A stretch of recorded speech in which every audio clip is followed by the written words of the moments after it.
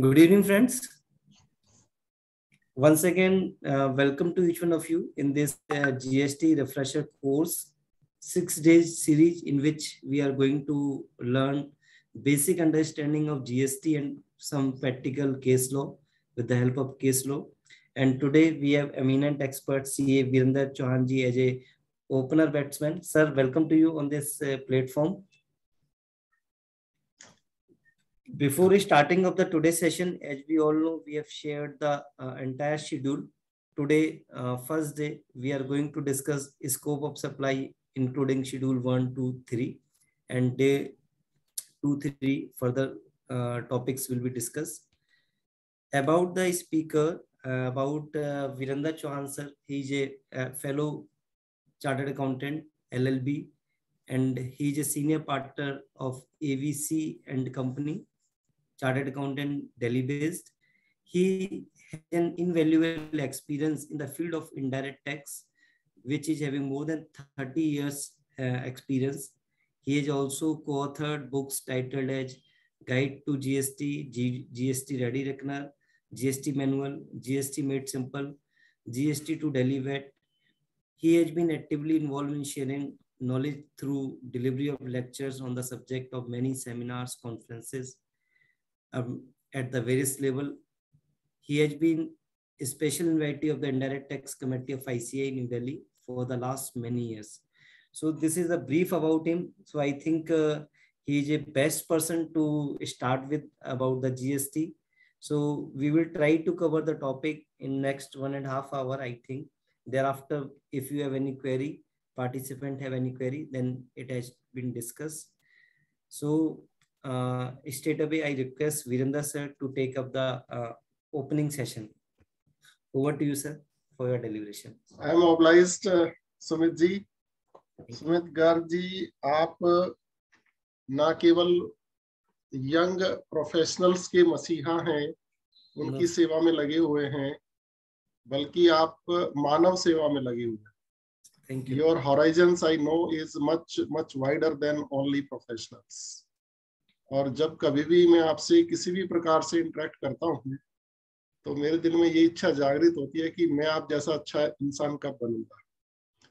आप एक बहुत कूल हार्टेड, कूल माइंडेड और एक सीजन्ड, जिसे कह सकते हैं, एक प्रोफेशनल हैं, जो कि ना केवल अपनी आजीविका के लिए काम कर रहे हैं, बल्कि पूरे यंग चार्टर्ड अकाउंटेंट्स के लिए सेवा में रत हैं. और आपकी इसी भावना को देखते हुए ही मैंने ये सोचा कि किस प्रकार से मुझे मौका मिले कि मैं भी कासा के साथ या सुमित गर्ग के साथ किसी भी भांति जुड़ जाऊं. और आज ये मौका पाकर मैं काफी गौरवान्वित फील कर रहा हूँ. So thanks to you for your invaluable time. बहुत बहुत शुक्रिया. So all my learned colleagues, chartered accountants, fellow members, I am grateful that you have spared your valuable time for a zeal to learn a subject which is considered as good and simple tax. So if you ask me whether it is good and simple, I will certainly say, because of the reason that it is so complex, that it gives me quite a large professional opportunities, because much of my clients, I can say, are chartered accountants, and I'm a litigant. And round the clock, I find that because of the not a good codification of the law, quite complex, based on notifications and circulars, there is less conceptual clarity amongst businesses as well as amongst the upcoming professionals into the indirect tax field. You see, we are basically born to practice indirect taxes across India, and very few percentage of chartered accountants are expert or were practicing earlier under the indirect taxes. But finally, when this GST law and income tax law, there are only two laws basically nowadays on direct, indirect, then we are compelled to come forward and to practice in both the laws. But when I get into my professional activities and I interact with the department or the businesses or the chartered accountants, I find that the law has been put so in a scattered manner. Either it is under the act or the rules and the notification and then clarifications, and there are so many that it becomes a real Herculean task to integrate and knit at one place the entire subject of a particular topic and then to provide a service to the client. So because of that reason, it is always wiser that CASA keep on doing such activities, if not annually or 6 monthly, but at least mandatorily, such short courses should be imparted on at least quarterly basis. And the tenure of the these trainings is 6 days is much lesser. It may be taken up to at least 2 weeks time, 15 days time. Even we, Indirect Tax Committee imparts certificate courses. Even there, the minimum sessions are about 12. And still the speaker says that the time is very less. So straight away now coming on to the discussion of my topic. Sumit, chat box is open? Yes, sir. Chat box is open for any query. If any of my learned brother is in the meantime is willing to ask any question, they can always put that into the chat box. And I'll keep my discussion totally interactive. If you would not be asking any question from me, then I would be asking questions from you. And then through that process, I would be making the conceptual clarity of this term supply, which is of a very paramount importance. Because I have a large family of about 10,000 chartered accountants across India who put forward their questions and doubts to me either on mail or some other forums.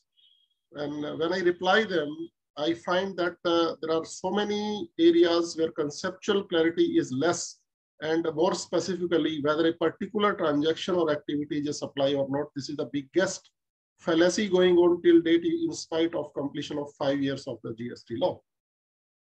My dear friends, today's my topic is scope of supply. So this scope of supply topic is contained under chapter 3 of the GST law, which is titled as levy and collection of tax.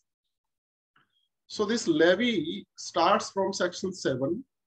So the scope starts from section 7 and then it goes to 8, 9, 10 and 11. So there are totally 5 sections and coupled with 3 schedules which talk about the whole concept of levy and collection of GST taxes.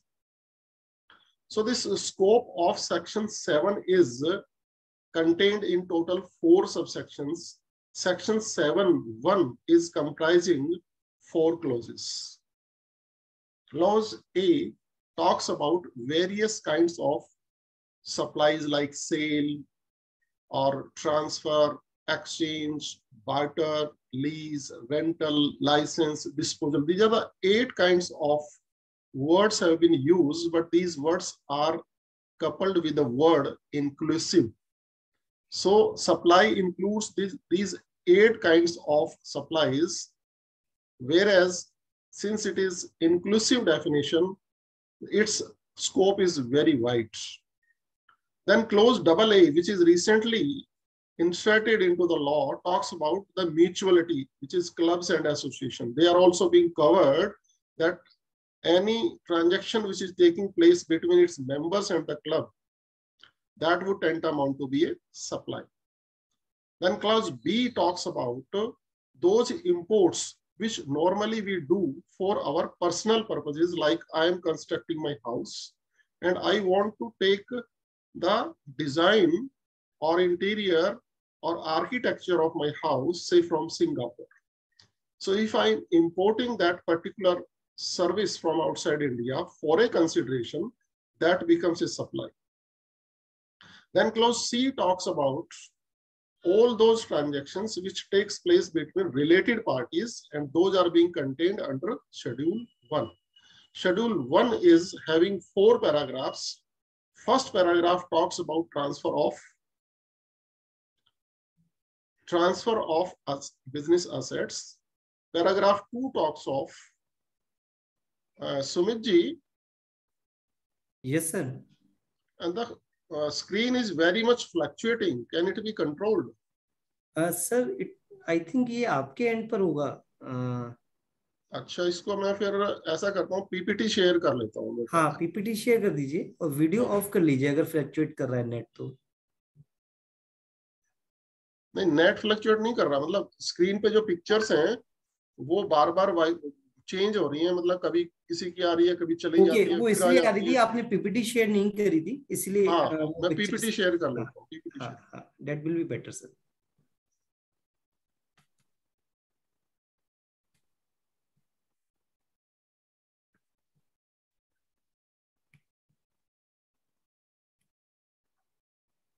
I think now it's okay. Yes, sir. So what I was talking that clause C talks about schedule 1, and schedule 1 is comprising 4 paragraphs. Paragraph 1 talks of transfer of business. Paragraph 2 talks of related party transactions. Paragraph 3 talks about principal and agent transactions. And paragraph 4 talks of import of services without consideration for business purposes. And then there is a section in 7 subsection 1A that talks of schedule 2. And schedule 2 is comprising 6 paragraphs wherein certain supplies have been categorized either supply of goods or supply of services. Then there is subsection 3 which talks about schedule 3. And subsection 2 which talks about schedule 3, which is talking about 8 kinds of paragraphs wherein those supplies have been considered neither supply of goods nor supply of services, means thereby they are outside the parameters of the GST law, hence not taxable. Then there comes subsection 3. Subsection 3 gives government powers to issue certain notification wherein through notification the government can notify any supply which is neither a supply of goods nor a supply of services. तो इस particular category के अंदर government ने अभी सिर्फ एक ही notification जारी किया है जो कि पंचायत सर्विसेज के लिए किया है. इसके बावजूद भी एक सबसेक्शन 4 है 7 में जिसमें गवर्नमेंट ने अपने आप को एम्पावर किया है कि वो कोई भी फ्यूचर में नोटिफिकेशन निकाल सकता है कैटेगरी बनाने के लिए कि ये सर्विस सप्लाई जो है सर्विस होगी या गुड्स हो. तो इस प्रकार से सेक्शन 7 जो है सारा टॉप टू बॉटम सिर्फ सप्लाई को ही डिफाइन कर रहा. Then there comes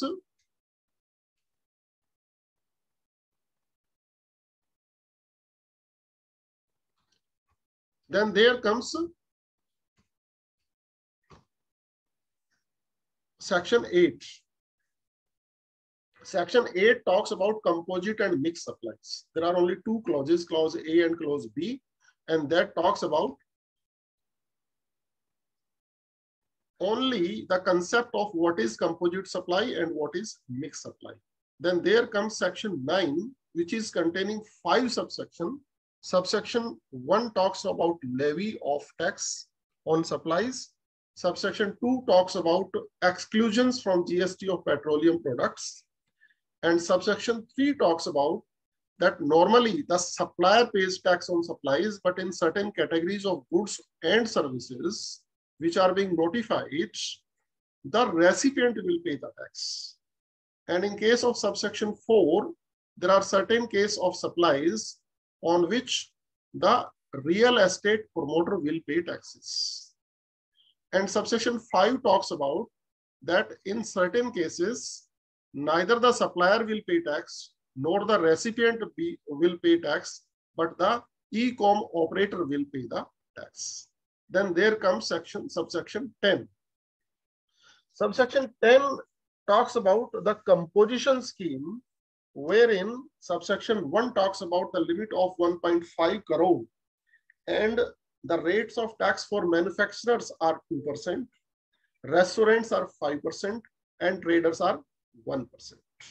And subsection 2 talks about 4 or 5 conditions which are to be fulfilled when a person is willing to go for a composition scheme. Subsection 2A talks about composition scheme in case of services, and subsection 3, 4, and 5 talks about some other conditions like taxpayers cannot issue tax invoice, and in case of violation of conditions, what would be the consequences. Now, subsection 11, which is the last section in this chapter, it talks, subsection 1 talks about certain notified exemptions. And subsection 2 talks about special order of exemption in case of some special circumstances. And subsection 3 talks about, gives one explanation wherein it is stated that in case of absolute exemption, those supplies cannot be charged tax. It would be considered as violation of law. So this is how I have just given you a outer view of the chapter of levy and collection of tax. Now we would be restricting today our discussion only to the limited extent of the word supply. What is supply? And I would try to make you the conceptual clarity about this word. And this supply definition, which is contained in section 7(1) clause A, are having two significant words. One is consideration, and another is that such supply should be used in the course or furtherance of business. So hovering around these particular three words, supply, consideration, or business purposes, we would be making certain clarities of certain issues as far as this definition is concerned. You see, these are the words being used in this particular clause A, and highlighted portion is consideration by a person. Consideration by a person means any person can give you consideration, not only the recipient, but any even third person can give you the consideration in the course or furtherance of business. Now we would be knowing through issues and questions that what is the significance of these two words. One is consideration and another is in the course or furtherance of business. Let us examine one question, and in chat box, I would love if you throw your answers to me quickly so that we can keep the session quite interactive. I have received one question: deposit interest received for a deposit given to gas supply company or electricity company by registered person is taxable supply. And another is somebody is saying that PPT is not visible. I think it is visible to all. Yes, sir. PPT is visible, sir. Yeah. So your question is relating to interest, whether taxable or not. I would be pondering on this question also. Let us see how I have designed my discussion so that you can have conceptual clarity. You see, whether sale of personal car at ₹5 crores by an employee to a private entity will be exigible to GST. If yes, what will be the rate of tax, compensation cess, and HSN code? Now, who says that a personal car sold for 5 crores by an employee of a company is liable to GST? Who says yes, quickly say yes. Who says no, quickly say no.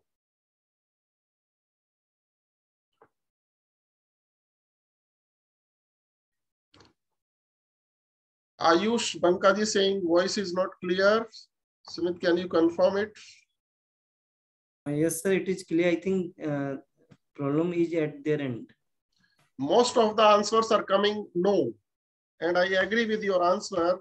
Whether sale of personal car at ₹1 crore by a government employee will be exigible to GST.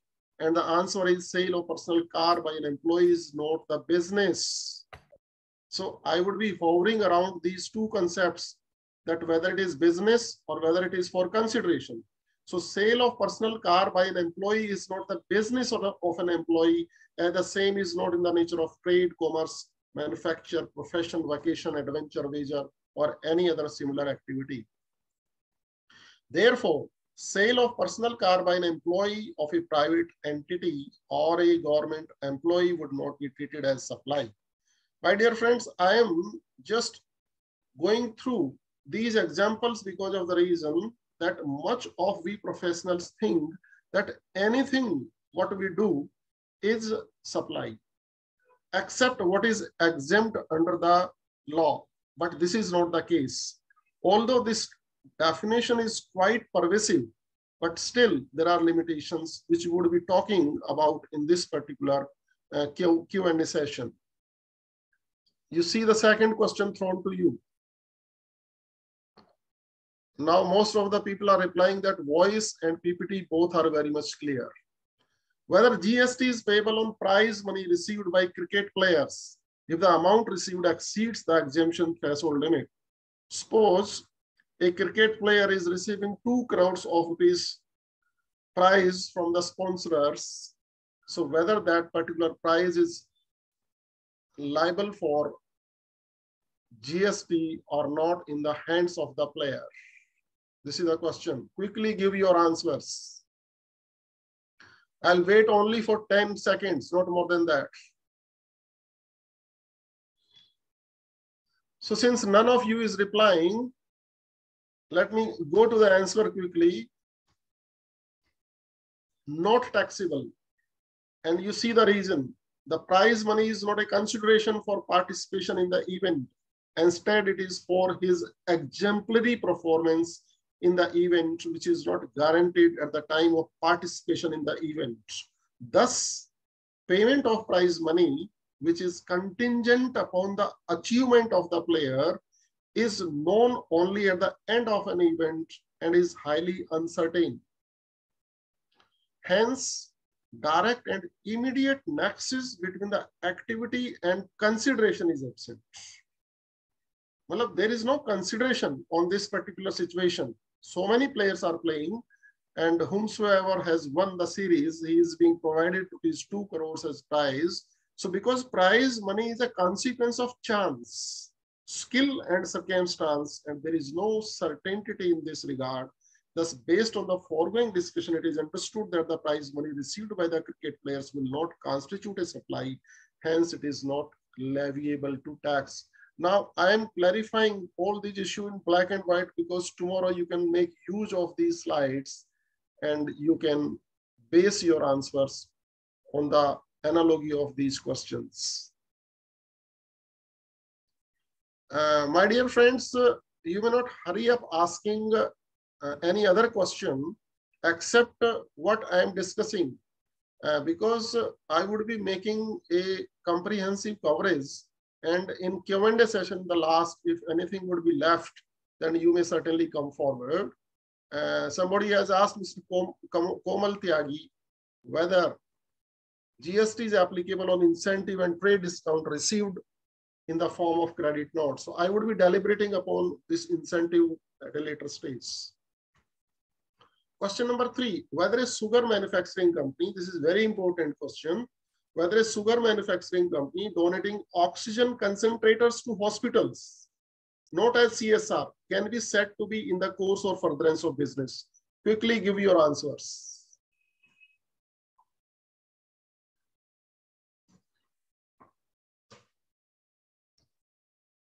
आज कासा की तरफ से भी आपको prize मिलने वाला है. So mixed answers are coming. Yes, no, yes, no. Let me go with the answer. Supply includes all forms of supply made or agreed to be made for a consideration by a person in the course or furtherance of business. Business has been given a wide meaning in GST with any type of activity like trade, commerce, manufacture, profession, vocation, adventure done with or without any pecuniary benefit. यहाँ पर हमने जो concentrator दिए हैं sugar company ने वो without any pecuniary benefit दिए. So any service ancillary to the above activity, whether or not there is a volume, frequency, continuity or regularity, shall constitute business. For example, sale of used car, sale of old machine, furniture, etc. will be considered as business even though the person is not into the business of selling old things. यानी कि कोई भी business, चाहे वो sugar company है, चाहे वो hospital है, चाहे वो एजुकेशनल इंस्टीट्यूशन है, चाहे वो हम चार्टर्ड अकाउंटेंट्स के प्रैक्टिशनर्स हैं, अगर हम कोई भी इवन वन टाइम अपने बिजनेस में से कोई चीज को सेल करते हैं तो that is business and that is taxable. So उस पर्टिकुलर मुद्दे को यहाँ पे सुलझाया जा रहा है कि अगर फर्ज को कि मैं अपने घर की ज्वेलरी ले जाके बेचता हूं, that is outside the preview of GST, लेकिन अगर मैं अपने ऑफिस की कार बेचता हूं तो that is taxable. Hence the sugar manufacturing company donating oxygen concentrators will be said to be in the course or furtherance of business. However, same will not be considered as supply under GST in the absence of consideration. It is a Schedule 1 transaction. This donation of oxygen concentrator will demand reversal of ITC taken on its purchase in accordance with Section 17(5)(h). यानी कि मैं business तो कर रहा हूं, मैं concentrator hospital को दे रहा हूं, लेकिन उसके ऊपर जीएसटी इसलिए नहीं लगेगा कि क्योंकि मैंने उस पर कंसिडरेशन नहीं लिया और ये शेड्यूल 1 की ट्रांजैक्शन नहीं है, कोई रिलेटेड पार्टी को मैंने नहीं दिया है. अगर रिलेटेड पार्टी ट्रांजैक्शन होता तो इसके ऊपर टैक्स लग जाता, और अगर मैंने इसको डोनेट किया है, गिफ्ट किया है, तो सेक्शन 17(5)(h) में मेरे को इसके ऊपर आईटीसी नहीं मिलेगा. ये सेक्शन 7 की गुत्थियां हैं जिनको मैं सुलझाने की कोशिश कर रहा हूं. Then explain the GST liability on barter system model. अब इसका मैं एग्जांपल देता हूं. A supplies refrigerator to B against receipt of such supply. B makes A corresponding supply of television to A. Hence, A and B are as both supplier and recipients for the respective transactions. A would charge GST on the supply of refrigerator by determining its HSN code and rate. On the other hand, B would charge GST on the supply of television as per the respective HSN code and the rate of GST on it. The value should be decided as per Rule 27. I hope this concept is clear. कि barter system के अंदर किसी भी प्रकार की कोई valuation नहीं होती है. सिर्फ एक बंदा अपना रेफ्रिजरेटर उठा के दूसरे को दे रहा है और लेने वाला अपना टीवी उठा के रेफ्रिजरेटर वाले को दे रहा है. ये दो सप्लाई मानी जाती हैं और इनकी वैल्यूएशन एज पर रूल 27 होती है. और रूल 27 क्या कहता है कि जब कभी हम कोई supply other than monetary terms में करते हैं तो उस वक्त उस पर्टिकुलर चीज की जो वैल्यूएशन है for the purposes of taxes would be determined on the basis of open market value. तो ये बार्टर सिस्टम के ऊपर मैंने एग्जांपल दे दिया. Now what is the difference between barter and exchange in the context of definition of supply. क्योंकि ये दोनों ही word एक जैसे से लगते हैं कि बार्टर में भी हम वही काम करते हैं और एक्सचेंज में वही काम करते हैं, लेकिन इन दोनों में फर्क है. वो फर्क क्या है मैं आपको बताता हूं कि there is a very thin line of difference between barter and exchange. In barter value of the goods are not determined by the supplier and the recipient, whereas in exchange the value is determined and the difference if any is paid in terms of money. जैसे कि मैं अपनी पुरानी jewellery लेके jeweller के पास जाता हूं और उससे नई ज्वेलरी खरीद के लाता हूं, तो जो नई ज्वेलरी खरीदता हूं उसकी कीमत 2 लाख रुपया है. जो मैं अपनी ज्वेलरी लेके जाता हूं उसकी कीमत 1 लाख रुपया. तो बाकी 1 लाख रुपया मैं उनको कैश में पे करके आता हूं. तो इसको तो कहते हैं एक्सचेंज. लेकिन जब मैंने एक रेफ्रिजरेटर उठा के दिया और फ्रिज टेलीविजन दूसरे आदमी से ले लिया, तो उस सिचुएशन में हम वैल्यूएशन जब बीच में नहीं लेके आते हैं उसको कहते हैं बार्टर. तो बार्टर के अंदर 2 ट्रांजैक्शन होते हैं, एक्सचेंज के अंदर भी 2 ट्रांजैक्शन हो सकते हैं.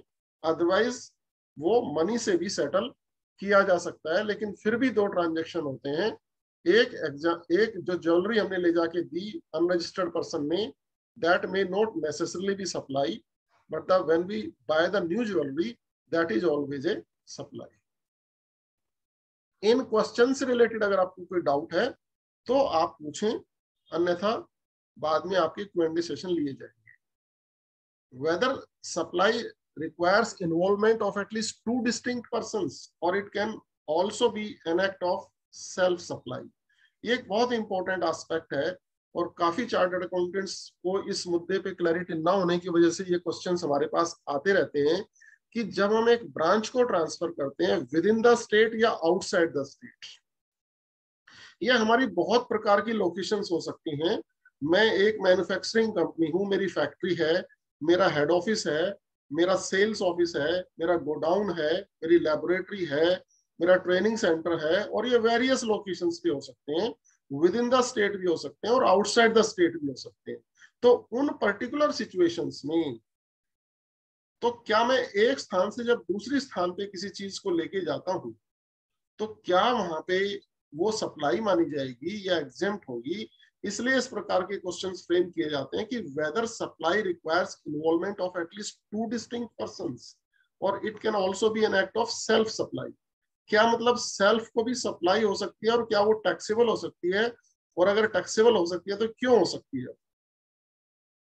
सी CBIC has clarified this through FAQ dated so and so, which stipulates the following: are self supplies taxable under GST? Answer देखो क्या है. interstate self supplies such as stock transfers, branch transfers on consignment or consignment sales shall be taxable under IGST, even though such transactions may not involve payment of consideration. Every supplier is liable to register under the GST law in the state or union territory from where he makes a taxable supply of goods or services or both in terms of section 20. However, intra-state self-supplies are not taxable, subject to not opting for registration as business verticals. यानी कि interstate जब हम supply करेंगे तो हर supply taxable होगी, और intra state अगर supply करेंगे सेल्फ को तो सिर्फ टिन टू टिन टैक्सेबल होगी और विदाउट टिन जो है टैक्सेबल नहीं होगी. तो इससे रिलेटेड अगर आपका कोई भी डाउट रहता है तो you can throw a question,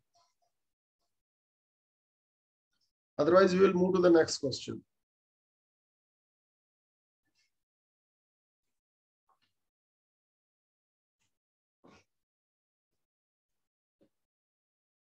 At the time of jewelry making, job worker give 96 carat jewelry against 100 carat gold difference will be supplied. Ashwin ji, it depends on the contract between the job worker and the jeweler, how they settle their account. So it's a facts-based transaction. Job worker is doing only job work and jeweler is getting the job work done. So when job work is getting done from the job worker will charge his service charges only. And any difference of these 4 carats would be determined from the terms of the contract. Prashant ji, आपका मुझे question समझ में नहीं आया. You are saying give example. I'm moving to the next question. You see, I have framed so many interesting questions which will clarify you almost all aspects relating to supply. So in this particular case, it is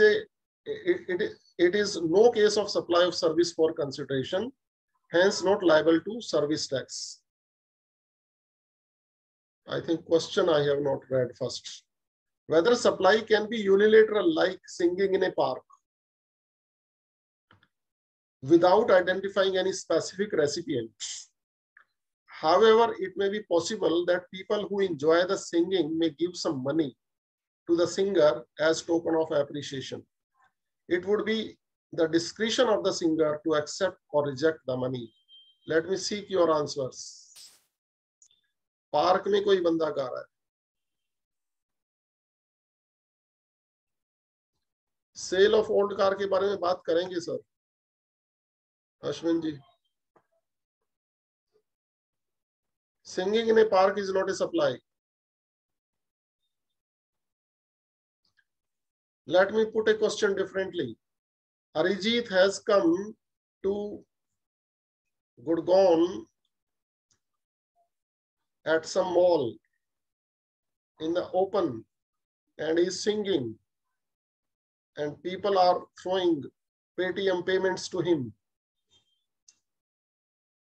So these kinds of conflicts arises. It depends on the fact of each case, whether it's a business or not. Let me first read the answer for you. It is no case of supply of services for consideration, hence not liable to service tax, GST. Thus, people who listen and enjoy the singing in the park are under no obligation to pay any amount for listening to the singer, nor have they engaged him to perform for them, and hence will not constitute a supply in the absence of the reciprocity.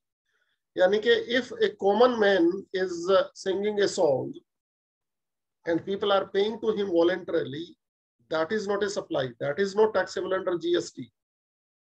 But if tomorrow Arijit project himself so and he's getting large money, then the principle of substance of the transaction takes place and comes in between, and that supply may become taxable under the law. Let's move quickly because we have to talk more. Explain the GST implication on grants given for specific and non-specific purposes. इस grant के पीछे मैं आपको थोड़ी background बताता हूं कि grant consideration एक डेफिनेशन है हमारे इसके अंदर लॉ के अंदर 217 के अंदर. तो कंसिडरेशन के अंदर एक सब्सिडी की बात की गई है कि subsidy will not be considered as consideration. तो क्या सब्सिडी में और ग्रांट में फर्क होता है? Answer is yes. Grant normally एक स्पेसिफिक पर्पस के लिए दी जाती है, और अगर ग्रांट नॉन स्पेसिफिक पर्पस के लिए दी जाती है तो वो वंस अगेन सब्सिडी बन जाती है. तो इसका आंसर देखते हैं और फिर इस मुद्दे को सुलझाते हैं कि ये ग्रांट टैक्सेबल है या नहीं है. The common meaning of the term grant refers to the act of giving something without the intent of receiving it back. Grant को भी वापस नहीं लिया जाता. A transaction to qualify as a supply, the element of consideration is essential except for the activities mentioned in Schedule 1. The amount received in the form of subsidy is excluded from the coverage of consideration in terms of Section 231, but it does not exclude grants. Now, what is the consequence of this? If the objective of giving the donation is not philanthropic, but getting any commercial gain, maybe in the form of publicity, it would tantamount to supply of service for a consideration, as there is an obligation quid pro quo on the part of the recipient of the donation to do anything, supply a service. Therefore, GST would be leviable on such consideration. This aspect has been clarified via circular number so and so by the CBIC. To illustrate, if a charitable trust is instructed that the donation should be used for paying to a contractor for construction of a building, the same would be considered as a supply. यहाँ पे मैं आपको एक example देता हूँ. ये बहुत ही बड़ा मुद्दा है, इसलिए मैं इस मुद्दे को लेके आया हूँ कि फर्ज करो मैं गंगाराम हॉस्पिटल के लिए एक टावर बनाता हूँ और उस टावर को बनाने की ग्रांट मैं उस संस्था को देता हूं कि ये 5 करोड़ रुपया मैंने आपको दिया और यहाँ पे मैं एक टावर बनाना चाहता हूँ. May be for parking, may be for OT और many other reasons.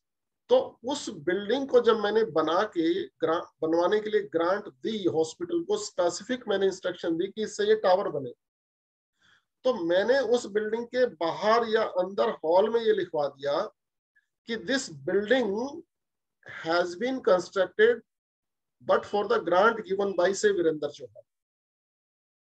Now why I did it, मैंने वो बार्गेनिंग करी कि मेरे अंदर की प्लेट उसके ऊपर लगेगी तो मेरी वहां पे पब्लिसिटी होनी स्टार्ट हो, क्योंकि lakhs and lakhs of people will visit that particular building and everybody will say that Virender Chauhan has donated 5 crores rupees.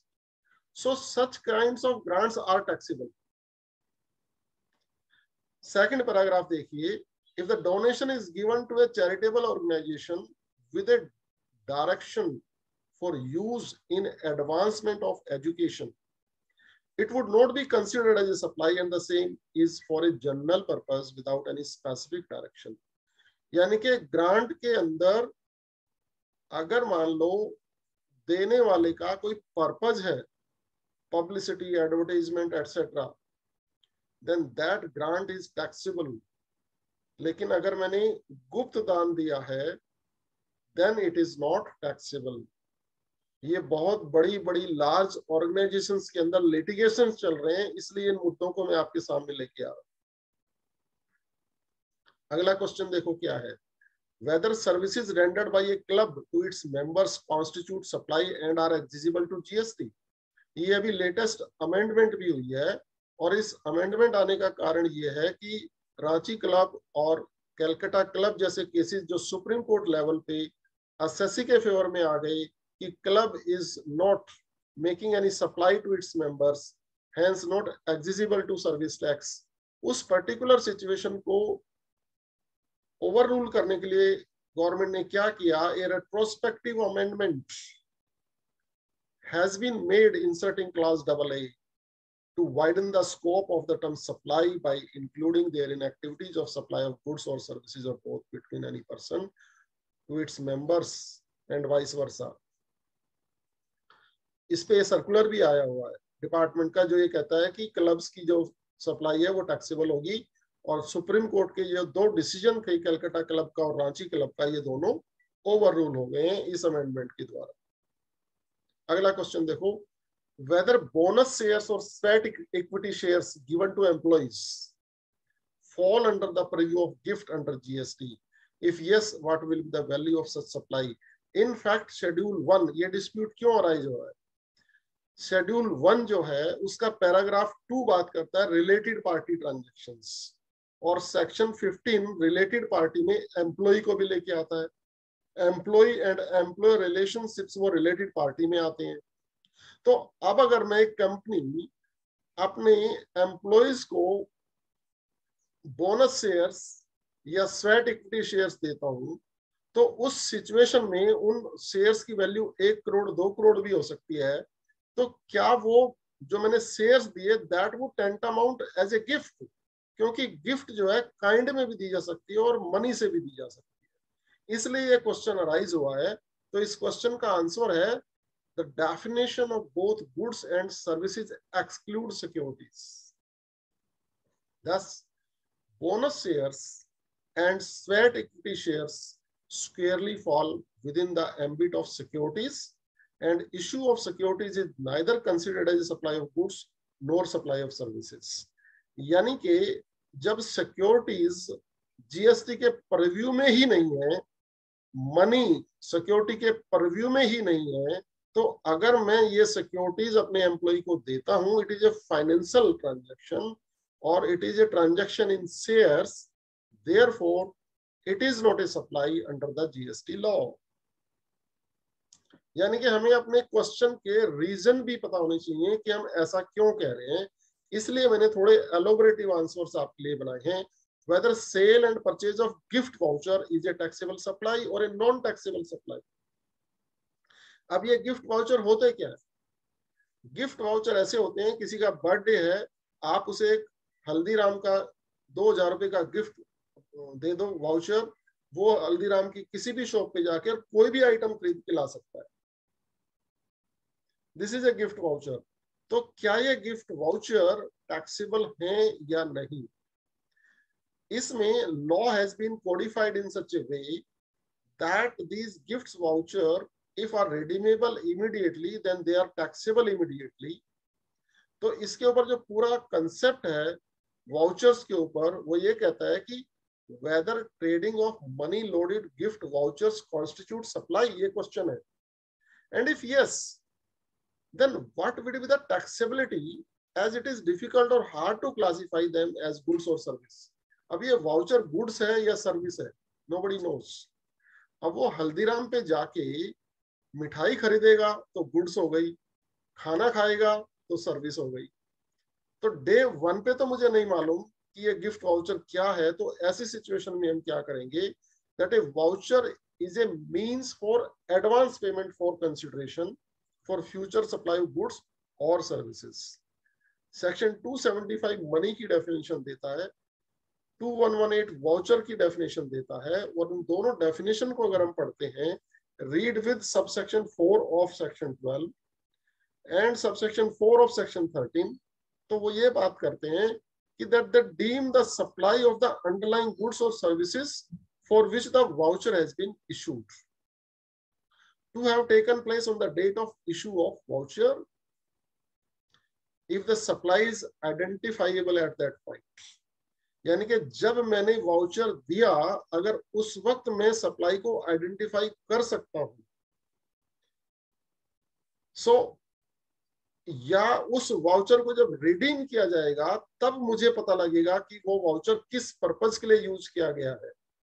तो यहाँ पे कंक्लूजन ये निकलता है कि when A voucher is issued, section 12 and 13 will determine the time of supply of the underlying goods or services. So voucher per se is neither a goods nor a service. It is a means for payment of consideration. यानी कि मैंने समझ लो कि एक currency note दे दिया, negotiable instrument दे दिया, जो कि आज भी उसकी वैल्यू डिटरमिन हो सकती है कि ये किस पर्पस में काम आएगा, और रिडम्पशन के टाइम पे भी हो सकती है. तो अगर आज हो सकती है तो आज उस पर टैक्स लगेगा, और रिडम्पशन के टाइम पे पता लगेगा तो उस पर टैक्स रिडम्पशन के टाइम. ये वाउचर से रिलेटेड बहुत कॉमन हमारे पास क्वेश्चंस आते हैं कि ये गुत्थी नहीं सुलझ रही है कि जब भी किसी मॉल में जाते हैं तो वहां पे कुछ गिफ्ट वाउचर मिल जाते हैं. वो गिफ्ट वाउचर आगे हम फ्यूचर के लिए यूज कर सकते हैं. बर्थडे पे हमारे पास कोई गिफ्ट वाउचर आ जाता है, और किसी भी ओकेजन पे गिफ्ट वाउचर्स की परंपराएं चलती रहती हैं. तो ये क्या मुद्दा है, ये कब टैक्सेबल होगा? तो नॉर्मली जो वाउचर इशू करता है, ये उसके सामने क्वेश्चन होता है कि उसके ऊपर कब और कैसे टैक्स लगेगा.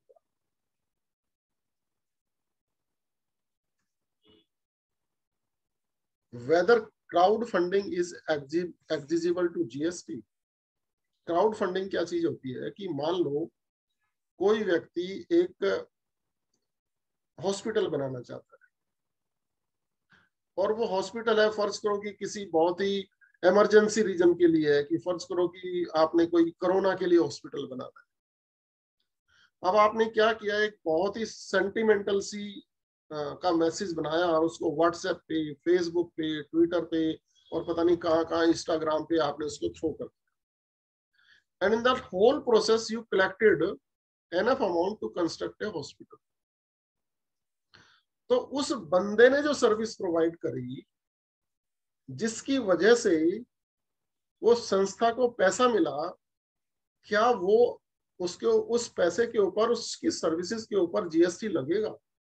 The answer is no, because crowdfunding is an activity of raising funds to finance a new business venture or philanthropic activity.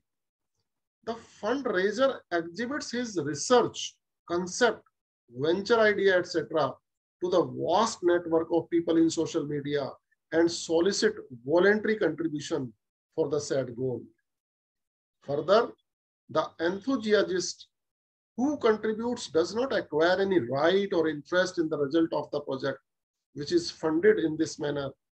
Thus, crowdfunding is not subject to GST since it is a transaction in money, which is neither goods nor services or both.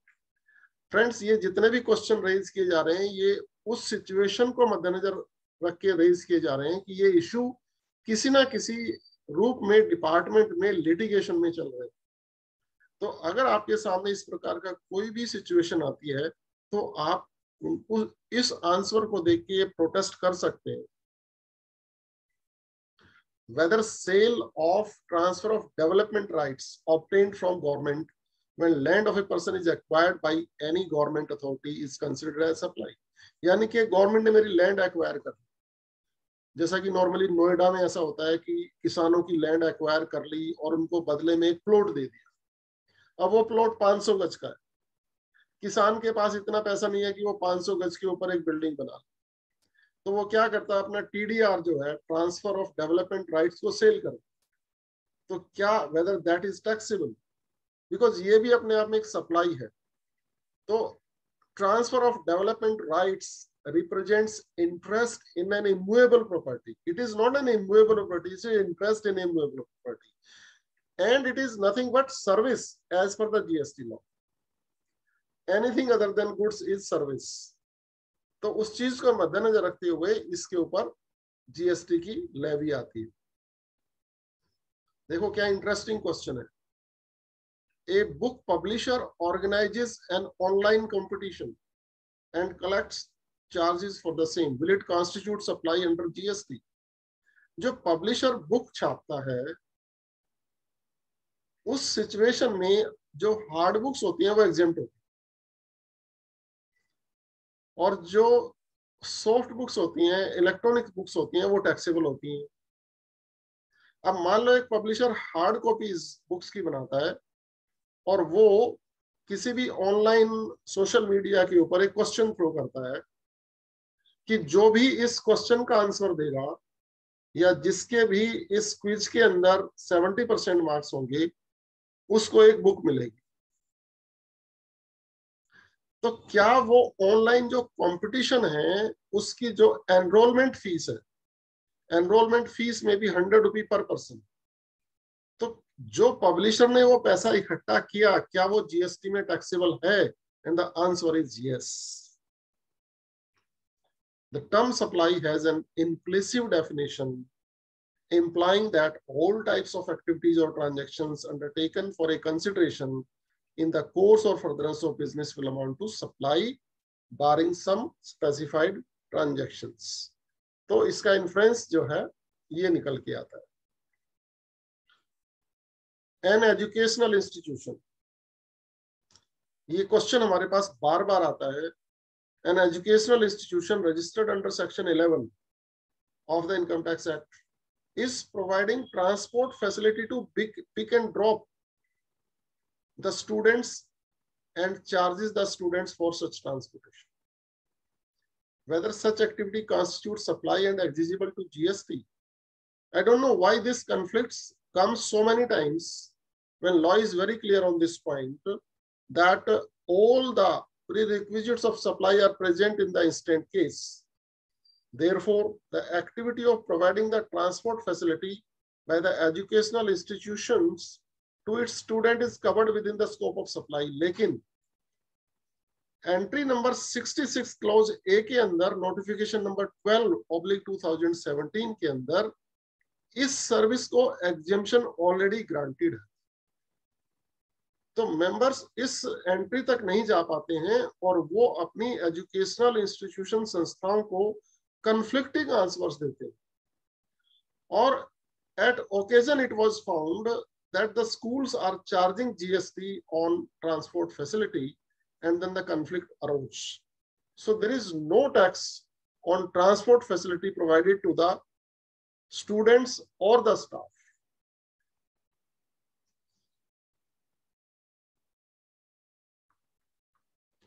Next question है whether sale of goods. ये बहुत important question है और ये बहुत litigation में चल रहा है और इसके ऊपर जितने भी एक्सपोर्ट ओरिएंटेड यूनिट्स हैं, स्पेशल इकोनॉमिक जोन्स हैं, डीटीए के अंदर लोग हैं, उन सबको इन मुद्दों पे क्लैरिटी नहीं है। Whether sale of goods by a SEZ to an export oriented unit. अब ये जो एक्सपोर्ट ओरिएंटेड यूनिट है ये डीटीए के अंदर होती है। क्वेश्चन यहाँ पे ये राइज हो रहा है कि सेज ने सप्लाई की, डीटीए में की, और डीटीए में जो बायर है वो EOU है. Constitute import for EOU under the GST in terms of so and so of the IGST Act. यहाँ पे क्वेश्चन ये आता है कि जो EOU DTA में बैठा हुआ है वो सेज से परचेज कर रहा है, क्या ये उसके लिए इंपोर्ट होगा और क्या EOU को इसके ऊपर IGST देना पड़ेगा, ये क्वेश्चन है. क्योंकि EOU समझता है कि मैं जो भी कुछ खरीदूंगा वो डीम्ड एक्सपोर्ट होगा, या तो वो इंपोर्ट होगा, अगर लोकल बंदे से खरीदूंगा तो वो डीम्ड एक्सपोर्ट होगा, तो मुझे तो टैक्स देने की आवश्यकता नहीं है. ये क्वेश्चन इसलिए अराइज हुआ है. लेकिन यहाँ पर जो आंसर है वो मैंने रीजनड आंसर दिया है, जिसके अंदर मैं सेक्शन 51 ऑफ सेज बता रहा हूँ, सेक्शन 30 ऑफ सेज बता रहा हूँ, और कंक्लूजन इसका जो है वो ये है कि इस सिचुएशन के अंदर EOU को इंपोर्ट करते वक्त सेज से IGST पे करना पड़ेगा. क्योंकि EOU जब DTA से किसी से खरीदता है तो वो उस पर टैक्स नहीं देता है, वो उसके लिए डीम्ड एक्सपोर्ट हो जाता है, यानी कि वो टैक्स क्रेडिटेबल हो जाता है, रिफंडेबल हो जाता है. और जब वो इंपोर्ट करता है तब तो वो टैक्स देता ही नहीं है, वो एडवांस ऑथराइजेशन और पता नहीं क्या क्या बेनिफिट उठा लेता है. तो यहाँ पर सभी EOUs परेशान है इस बात से कि जब वो सेज से परचेज करते हैं तो उनके ऊपर IGST क्यों लग रहा है, इसलिए ये मुद्दा यहाँ पे उठाया गया है. एन इंडियन कंपनी, ये भी मैं थोड़ा ब्रीफ में आपको बता देता हूं कि एक इंडियन कंपनी है, क्योंकि आजकल जमाना है एप्स का. मैंने एक ऐप बनाई, मैं इंडिया में बैठा हुआ हूं, उस ऐप को मैंने कनाडा के सर्वर पे लोड कर दिया, और उस ऐप का जो डेवलपर है वो USA में बैठा हुआ, मैं उसका ओनर हूं इंडिया में. जहां पे मैंने वो ऐप अपलोड करी है सर्वर पे वो कनाडा में है, और जो उस ऐप को डेवलप कर रहा है या उस पे रेगुलर अपडेशन कर रहा है वो है अमेरिका में. तो क्या ये अमेरिका से इंडिया इंपोर्ट माना जाएगा और क्या इसके ऊपर टैक्स लगेगा? ये बहुत ही परवेसिव क्वेरी है, और ऑलमोस्ट हर थर्ड पर्सन के पास ये इशू अराइज होता है कि इस प्रकार की सिचुएशंस में क्या ये सप्लाई मानी जाएगी, क्या ये टैक्सेबल होगा. तो यहाँ पे मैं फ्रेंड्स आपको इसका आंसर मैं बता देता हूँ कि सेक्शन 211 जो है ऑफ IGST एक्ट, वो कहता है कि इंपोर्ट ऑफ सर्विसेज के लिए 3 कंडीशन फुलफिल होना जरूरी है. वन इज कि जो सप्लायर है वो इंडिया से बाहर होना चाहिए, और जो इंपोर्टर है वो इंडिया में होना चाहिए. तो इस क्वेश्चन के अंदर जो सप्लायर है वो अमेरिका में बैठा हुआ है, और जो इंपोर्टर है वीरेंद्र चौहान वो इंडिया में बैठा हुआ है. लेकिन तीसरी कंडीशन ये है कि प्लेस ऑफ सप्लाई इंडिया होना चाहिए. अब section 13(3) of the IGST act place of supply की बात करता है. इस केस में under the situation place of supply Canada के अंदर है, तो तीसरी कंडीशन फुलफिल ना होने की वजह से ये इंपोर्ट ऑफ सर्विस नहीं हुआ, लिहाजा इसके ऊपर IGST नहीं लगेगा. और ये ट्रांजैक्शंस इंडिया में बैठकर यूं समझ लो कि 1 करोड़ लोग कर रहे हैं. इतना बड़ा क्वेश्चन है ये, इतने बड़े एरिया में ये क्वेश्चन फैला हुआ है कि गवर्नमेंट ये चाहती है कि इसके ऊपर हमें टैक्स मिलना चाहिए. तो जब हम इस सर्विस का इंपोर्ट करते हैं तो क्वेश्चन यहाँ पे अराइज हो जाता है कि मैंने RCM पे इस पे IGST पे क्यों नहीं किया. तो since this is a pervasive litigation, therefore I have put up this question for deliberation in this session. Explain the difference between the term liable to tax and leviable to tax.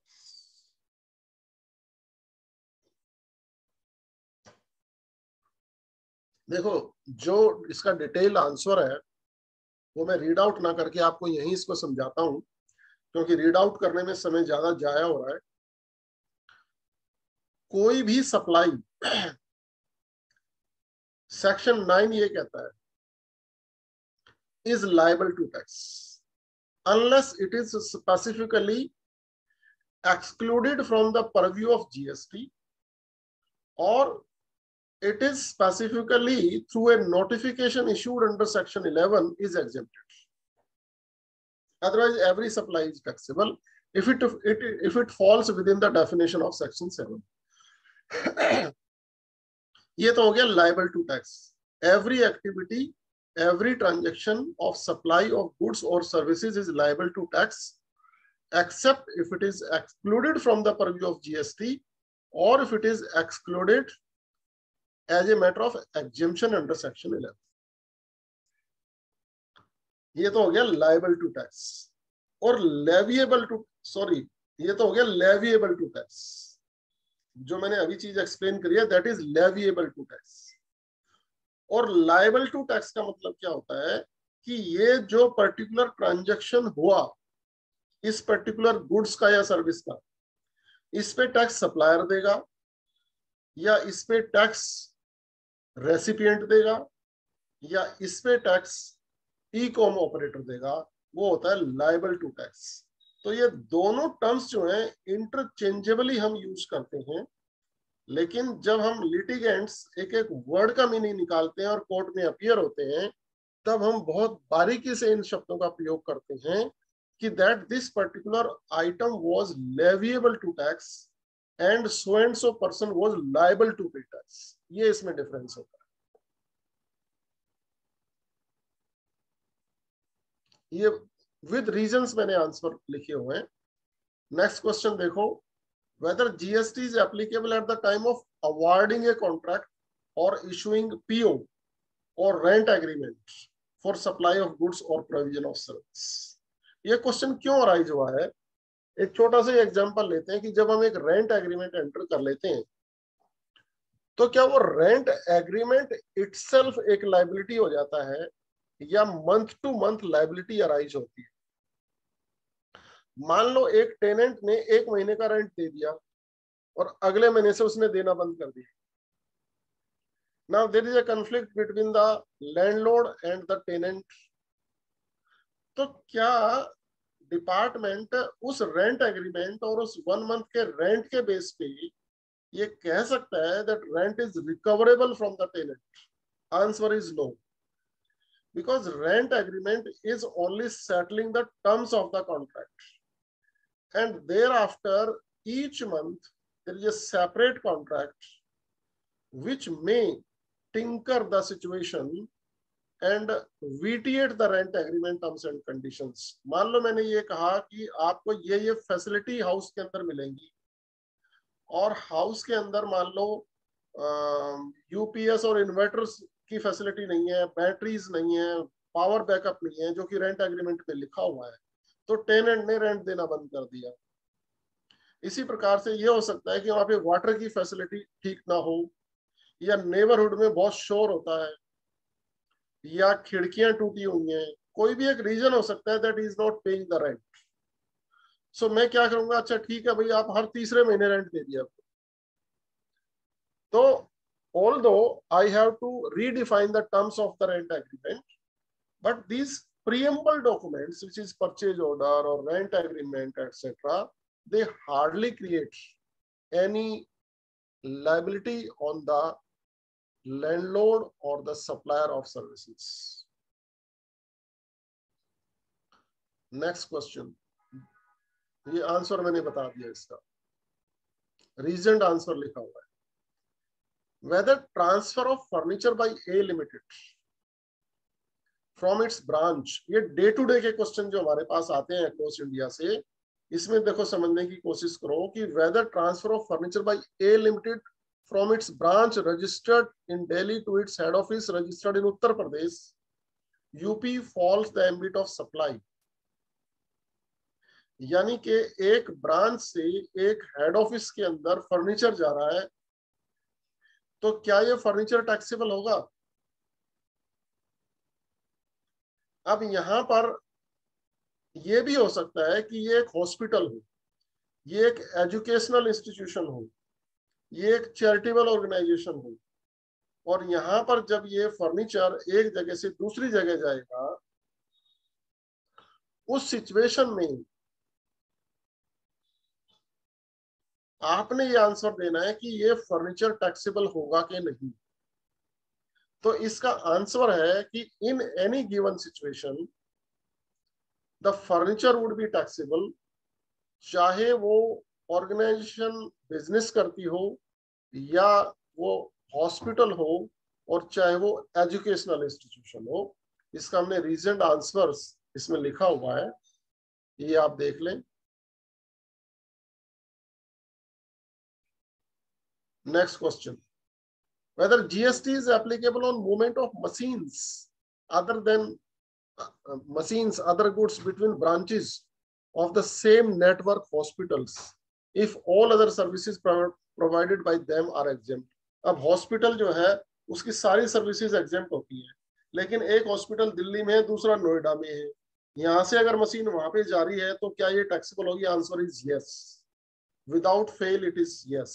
अगर किसी को doubt हो तो इसमें further question raise कर सकते हैं। मैंने रीजन लिख दिया कि क्यों ये टैक्सेबल होगा।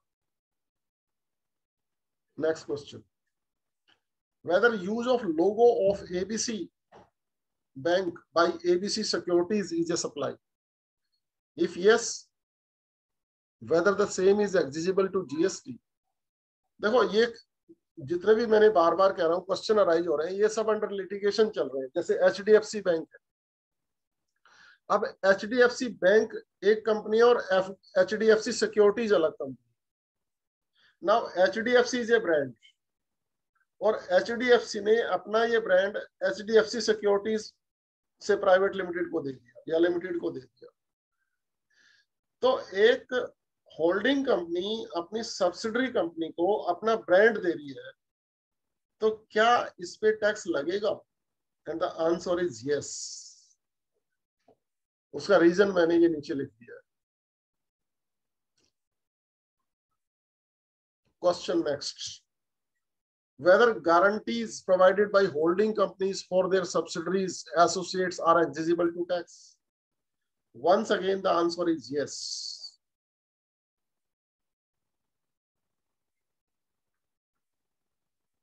उसका रीजन मैंने नीचे मेंशन कर दिया है। इस पे सर्कुलर भी आया हुआ है।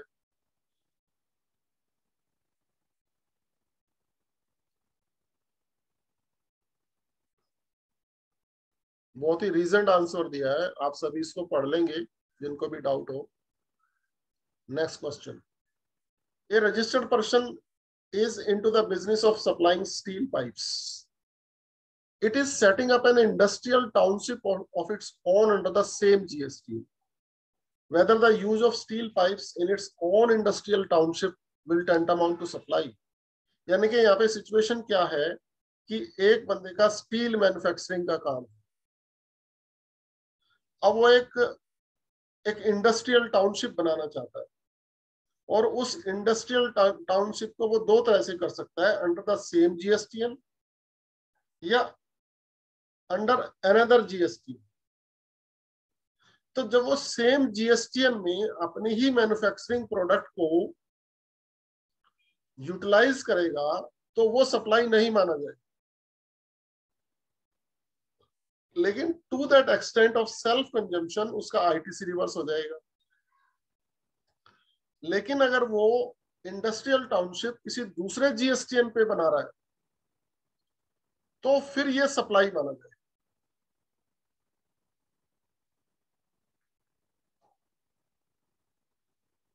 इसका हमने रीजन आंसर दे दिया आपको, सब पूरा लॉ सेक्शन सब कुछ मेंशन करके।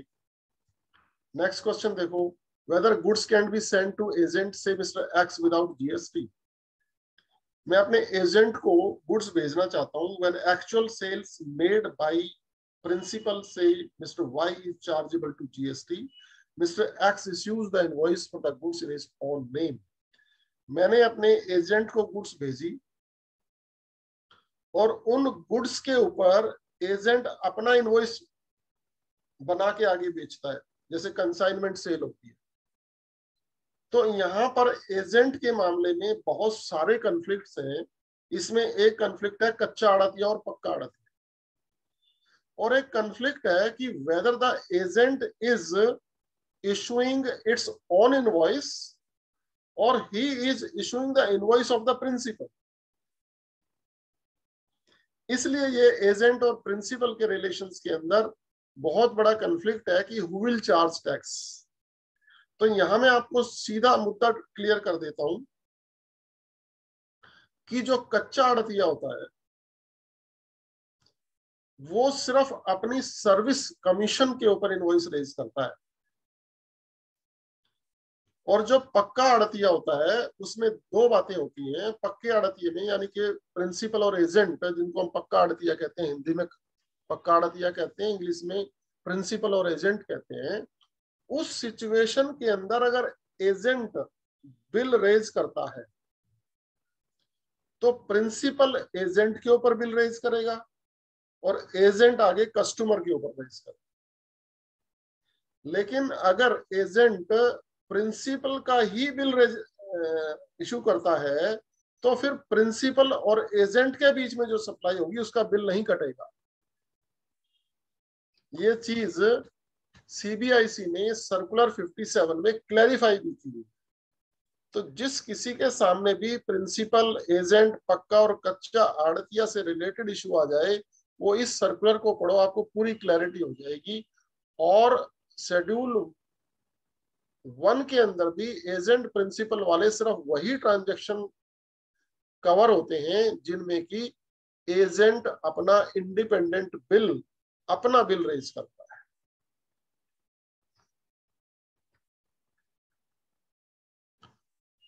Whether GST is leviable on assignment or transfer of leasehold plot of industrial areas and industrial estates। देखो ये जितने भी क्वेश्चन है ये बहुत हाई मैग्नीट्यूड के हैं। मान लो रिको है राजस्थान इंडस्ट्रियल डेवलपमेंट कॉर्पोरेशन,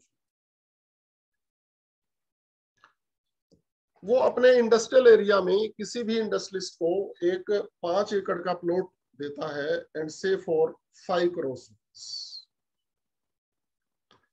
और वो लीज पे होता है, वो लीज होल्ड लैंड होती है और उसको डेवलप करके देता है, रोड्स और इलेक्ट्रिसिटी सब कुछ फैसिलिटी डेवलप करके देता है।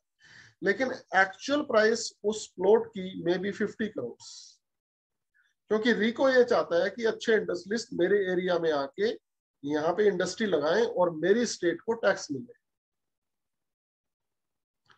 तो इस चीज के ऊपर एम्बार्गो लगाने के लिए कि वो 50 करोड़ में उस प्रॉपर्टी को ट्रांसफर ना करे, उसको लीज पे बेचा जाता है। तो इस प्रकार से के जो लीज एग्रीमेंट्स होते हैं between government and the industrialist, क्या वो टैक्सेबल होते हैं? And the answer is yes. उसका रीजन जो है हमने बहुत ही बारीकी से आपको सारे मुद्दे समझाते हुए इसमें एक्सप्लेन किया है। Question 27, whether surrender of tenancy right to landlord constitutes supply under GST। हमारे पास अकाउंट्स फाइनलाइज होने के लिए आते हैं और पता लगता है कि पुरानी दिल्ली में किसी ने 3 करोड़ रुपया लेके अपनी प्रॉपर्टी के टेनेंसी राइट्स या तो लैंडलॉर्ड को या किसी थर्ड पार्टी को ट्रांसफर कर दिए। तो वो ये कहते हैं कि जी ये तो कैपिटल रिसीट्स अगेंस्ट प्रॉपर्टी है, और क्योंकि कैपिटल रिसीट्स की एक्विजिशन वैल्यू निल है लिहाजा वो 1/4/2021 की प्राइस लेकर और उसकी इंडेक्सिंग करके कैपिटल गेन निल निकाल लेते हैं और वो कहते हैं इसका जीएसटी से कोई लेना देना नहीं।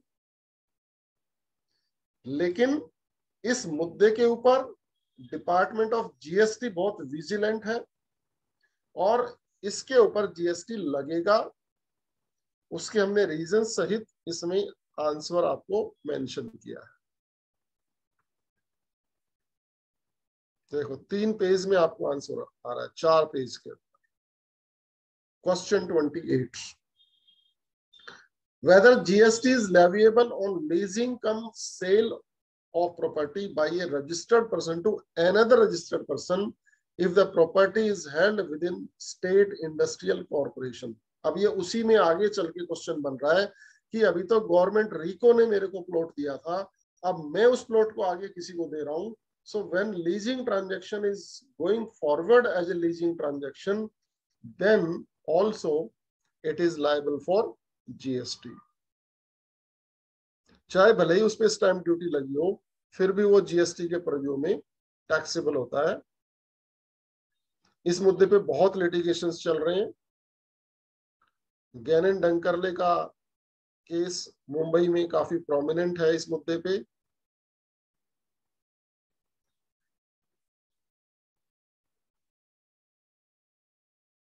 Thus, the activity of leasing will be liable to GST. 29. A partnership firm, रोजमर्रा के मेंबर्स के क्वेश्चन आते हैं। A partnership firm imports furniture and does not avail any ITC on the same. After a few months, the same is disposed of by way of drawings by one of the partners. Will such an activity be treated as supply? Are the firm and partners treated as related persons? यानी कि किसी partnership firm में से जब कोई partner किसी asset को अलाइनेट करके अपने पास विड्रॉ करता है जो ड्राइंग्स, तो क्या उस असेट के ऊपर जीएसटी लगेगा? क्या फर्म और पार्टनर्स आपस में रिलेटेड हैं? Answer is yes. In terms of section 15 वो रिलेटेड हैं, और वो जो असेट उन्होंने निकाली है that would be considered as transfer of the asset, चाहे वो विद कंसिडरेशन हो या विदाउट कंसिडरेशन हो। उस पर्टिकुलर फर्नीचर पे या असेट के ऊपर जीएसटी लगेगा। ये उसके रीजंस हमने लिखे हैं। नेक्स्ट क्वेश्चन है, whether a proprietorship firm gifted by a father to his son, father ने अपनी रनिंग बिजनेस को बेटे को गिफ्ट कर दिया with a closing stock but having no balance of ITC in the electronic credit ledger, is a taxable or exempt supply under GST? यानी कि जितने भी ट्रांसफर ऑफ बिजनेस के केस हैं, मर्जर डीमर्जर हैं, एमलगेमेशन है, इनहेरिटेंस है, after the death of the proprietor है, after the death of one partner है, इन सब मुद्दों का जो आंसर है वो सिंपल आंसर ये है कि अगर बिजनेस या part of the business as a running business transfer होता है एक बंदे से दूसरे बंदे को, तो वो सप्लाई नहीं माना जाता है, वो एग्जेम्प्ट होता है। उसमें कंसिडरेशन हो तो भी एग्जेम्प्ट होता है, कंसिडरेशन नहीं हो तो भी एग्जेम्प्ट। इस मुद्दे पे किसी का कोई और क्वेश्चन रह जाए तो मेरे से बात कर लें। इसका आंसर हमने यहाँ रिजेंट दिया है, नोटिफिकेशन का भी हवाला दिया है। Whether assignment of patent rights temporarily by one entity to another entity's supply exigible to GST? If yes, state the nature of supply. If it is between two entities in different states. ये क्या है कि फर्ज करो कि आपके पास एक company के अंदर पेटेंट राइट्स हैं और वो पेटेंट राइट्स मान लो दिल्ली एचओ के पास है। आपके पास एक जीएसटीएन नंबर है, आपका हेड ऑफिस दिल्ली में है, आपके पास पेटेंट राइट्स हैं, वो पेटेंट्स आपने अमेरिका से खरीदे हैं, उनकी कीमत 5 करोड़ रुपया है। अब आपकी मैन्युफैक्चरिंग यूनिट्स अक्रॉस इंडिया हैं, आपकी मान लो 4 मैन्युफैक्चरिंग यूनिट है पूरी इंडिया में, और वो भी उस पेटेंट राइट को यूज करके गुड्स बना रही हैं। तो ये जो असाइनमेंट ऑफ पेटेंट राइट है दूसरी यूनिट्स को, क्या ये सप्लाई माना जाएगा? कितना कंटेंटियस इशू है? And the answer is yes. उसका भी हमने रीजन लिखा है, इसे आप पढ़ लें। Whether consideration for not doing an act is leviable to tax under GST? Answer is yes. ये तो specifically para 5E of Schedule 2 में mentioned है, agreeing to the obligation to refrain from an act or to tolerate an act is liable for GST. Director holding land to company, given to company for business purpose on lease, company gave such leasehold land to bank for taking loan with director consent. Now company is liquidation and bank asks liquidator to sell land, recover Ashwath जी करेंगे इसको भी discuss. अभी मेरे questions complete होने वाले हैं, फिर discuss करते हैं।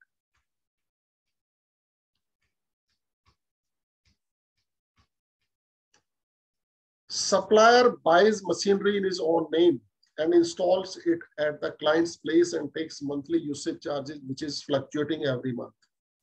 यानी कि एक बंदे ने फोटोस्टेट की मशीन परचेज की और उस फोटोस्टेट की मशीन को किसी के यहाँ पे इंस्टॉल कर दिया और वहां से मंथली चार्जेज आते हैं,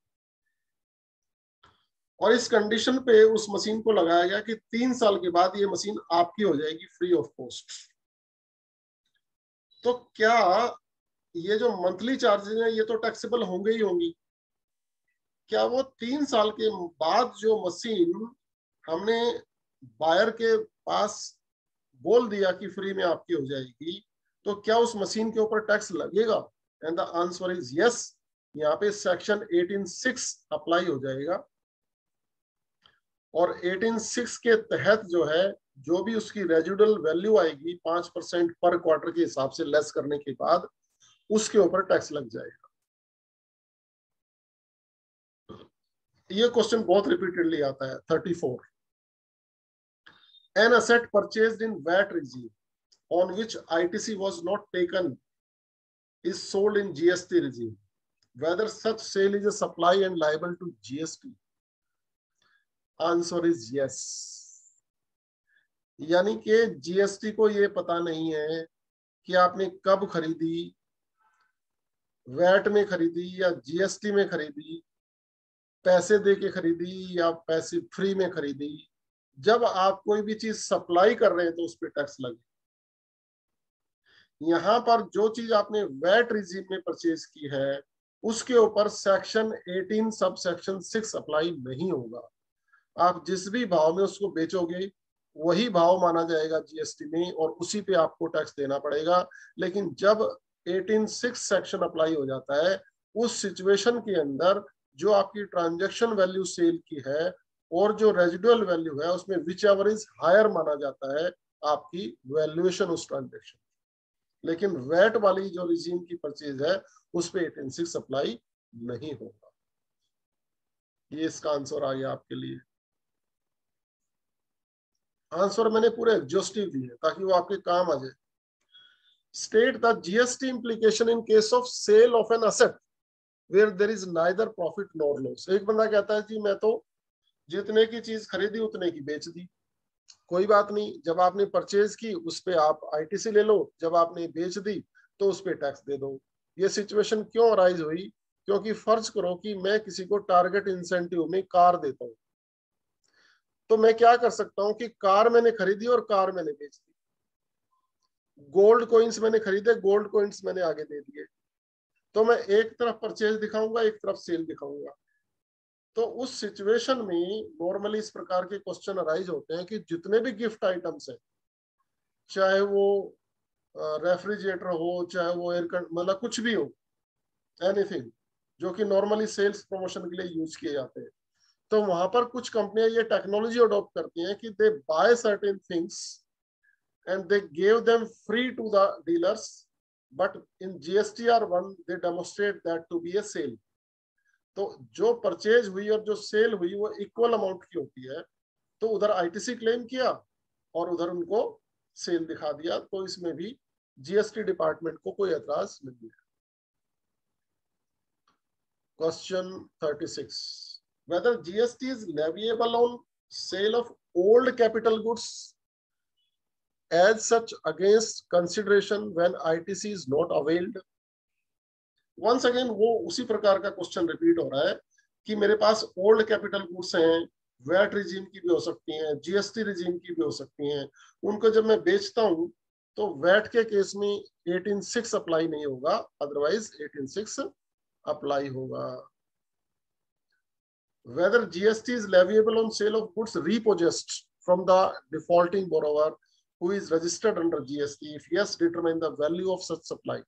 यानी कि मैं एक बैंकिंग कंपनी हूं या मैं फाइनेंस कंपनी हूं और मैंने व्हीकल फाइनेंस करी या कोई और मूवेबल मशीन मैंने फाइनेंस की, और जब डिफॉल्ट होने के केस में मैं उसको रीपोजेस करता हूँ, तो रीपोजेशन के टाइम पे मेरी उसकी परचेज वैल्यू क्या होगी, क्योंकि उसको मुझे अब सेल भी करना है। तो रीपोजेशन के केस में specifically it is given under rule 32(5) that 5% उसकी वैल्यू हर क्वार्टर में लेस करके उसकी रीपोजेस्ड वैल्यू निकाली जाएगी, और जब मैं उसको सेल करूंगा तो उसमें जो भी डिफरेंस होगा उस हिसाब से उसको कंसिडर किया जाएगा।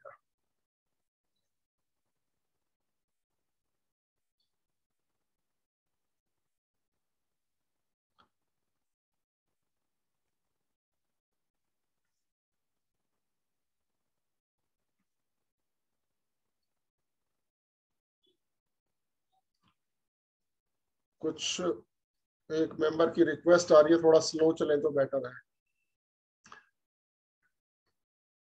Certainly, sir. I'll take care.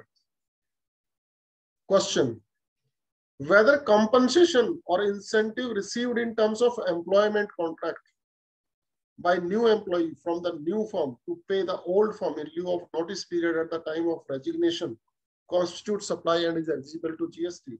Situation क्या है कि एक एम्प्लॉय ने एक कंपनी के अंदर रेजिग्नेशन डाल दी और वो दूसरी कंपनी में जाना चाहता है। दूसरी कंपनी उसको ये कहती है कि इमीडिएटली ज्वाइन करो, तो वो कहता है कि सर मुझे उधर 3 मंथ्स का नोटिस पे करना पड़ेगा, मुझे वहां 3 लाख रुपए देना पड़ेगा।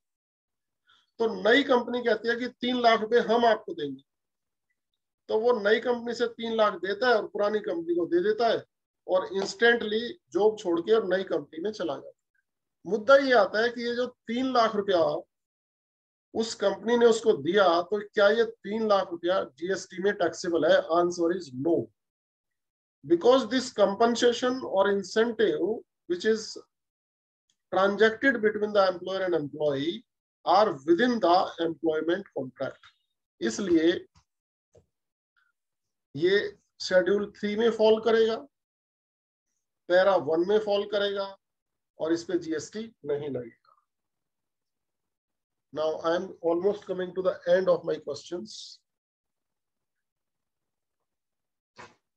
Laptop used by Jad in his office is given to him at the time of his retirement. एक व्यक्ति कंपनी में जॉब करता है, एक पर्टिकुलर लैपटॉप को यूज करता है, और जब उसकी रिटायरमेंट होती है तो कंपनी कहती है ये लैपटॉप अब आप ले जाओ।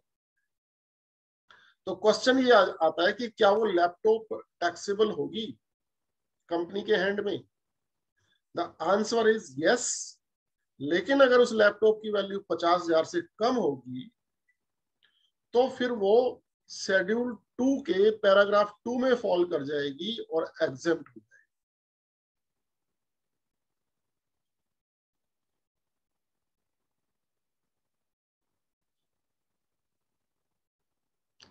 लोकल रेंट रिकवर करने के लिए ज्वेलरी बेची,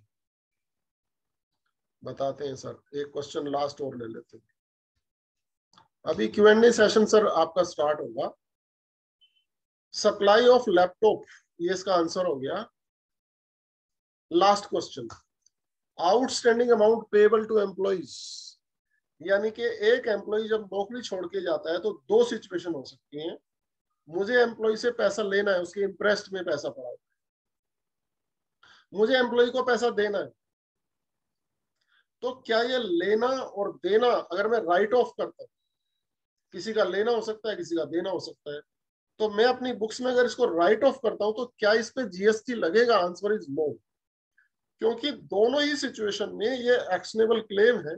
या तो मुझे पैसा देना है तो एम्प्लॉय के लिए एक्शनेबल क्लेम हो गया, या मुझे पैसा लेना है तो मेरे लिए एक्शनेबल क्लेम हो गया।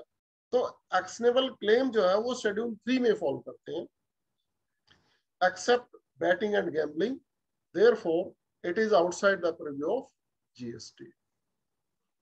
तो ये 40 क्वेश्चन जो है मैंने वो पिकअप किए हैं जो कि आपका मुद्दा शेड्यूल 7 पे क्लियर कर दें। सुमित जी? Yes sir. अब मेंबर्स के कुछ क्वेश्चन ले लेते हैं सर। यस सर, मेंबर की क्वेरीज ले सकते हैं and wonderfully you have covered everything in question answer format. It is a great sir. Now it's time for participant question answer. So अपनी वीडियो ऑन करके participant अब verbally question पूछ सकते हैं इंस्टेंटली, फिर उस पे हम चर्चा करें। जी जी सर। अश्विन जी आपका कोई क्वेश्चन है? अश्विन जी आपका कोई क्वेश्चन या एनी अदर पार्टिसिपेंट कोई भी क्वेश्चन है चैट बॉक्स में या अनम्यूट करके मैं अलाउ कर रहा हूँ, you can ask by unmuting yourself any question relating to today's topic.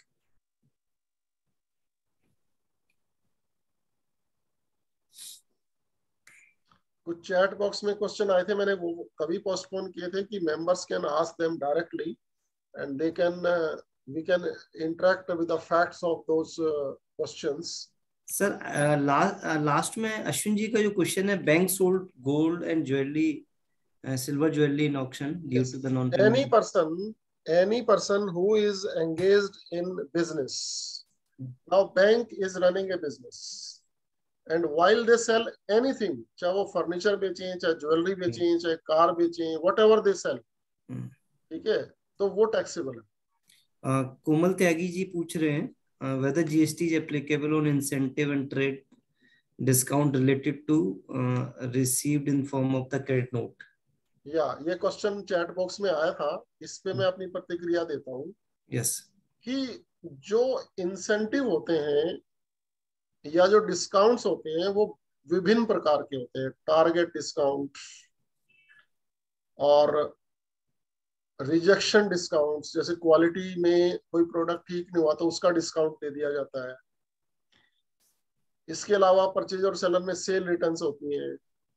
इसके अलावा सीडी होते हैं, कैश डिस्काउंट होते हैं। तो किसी भी नाम से किसी डिस्काउंट को अगर हम पुकारते हैं तो वो दो प्रकार के होते हैं।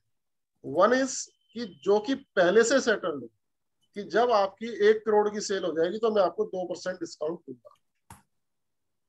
तो उन डिस्काउंट्स को हम फाइनेंशियल क्रेडिट नोट, जो कि इन टर्म्स ऑफ सेक्शन 34 के अकॉर्डिंग दिए जाते हैं, और वो credit note almost equal to invoice होते हैं, जिसमें कि जीएसटी की रकम भी अलग से दिखाई जाती है। तो जो मैन्युफैक्चरर है उसकी आउटपुट टैक्स लायबिलिटी कम हो जाती है, और जो बायर है, रेसिपिएंट है, डीलर है, उसका इनपुट टैक्स क्रेडिट रिवर्स हो जाता है।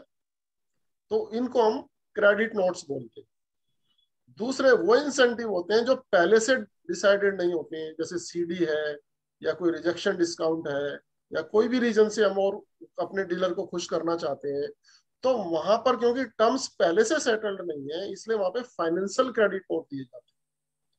और जब हम फाइनेंशियल क्रेडिट नोट देते हैं तो उस पर किसी प्रकार का कोई जीएसटी इंप्लीकेशन नहीं, क्योंकि फाइनेंशियल क्रेडिट नोट देते वक्त जो सप्लायर की आउटवर्ड सप्लाई है या आउटवर्ड टैक्स लायबिलिटी है वो रिवर्स नहीं होती है, और जो बायर है उसका आईटीसी भी रिवर्स नहीं होता है, और गवर्नमेंट को पूरे पैसे पे ऑलरेडी टैक्स मिल चुका है। इसलिए it is almost A settlement between the supplier and the recipient.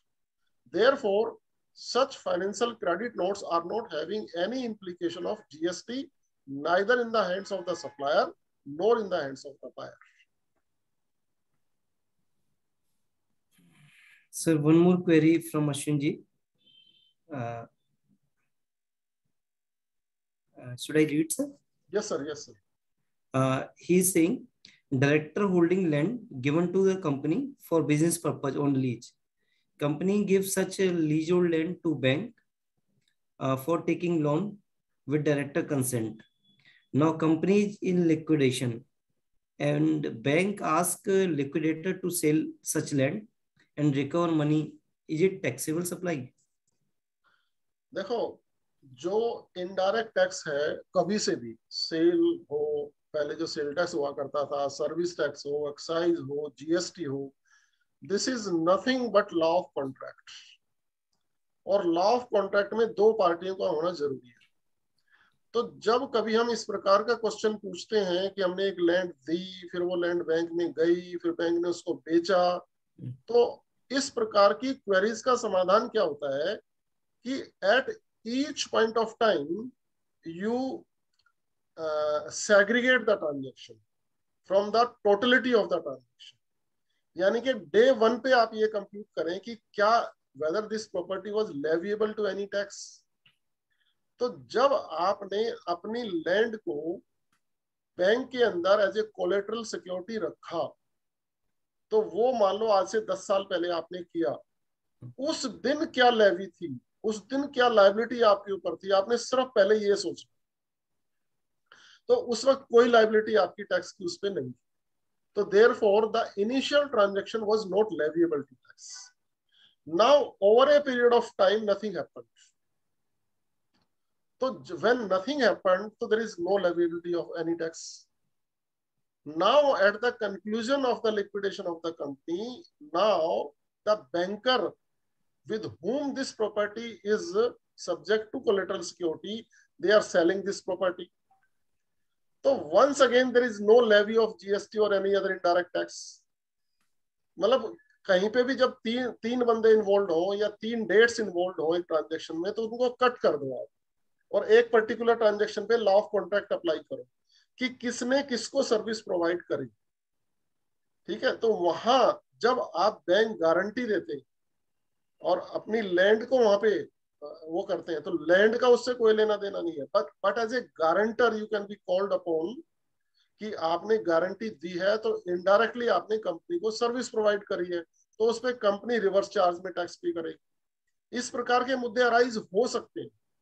उसके लिए आपके केस के अंदर कब प्रॉपर्टी दी, कब नहीं दी, आपने गारंटी दी या नहीं दी, ये सब मुद्दे अलग से फैक्ट्स ऑफ द केस निकाल के डिस्कस करने वाले हैं, लेकिन अपरेंटली कोई लायबिलिटी नजर नहीं. जी sir. Sir one more query from just a minute.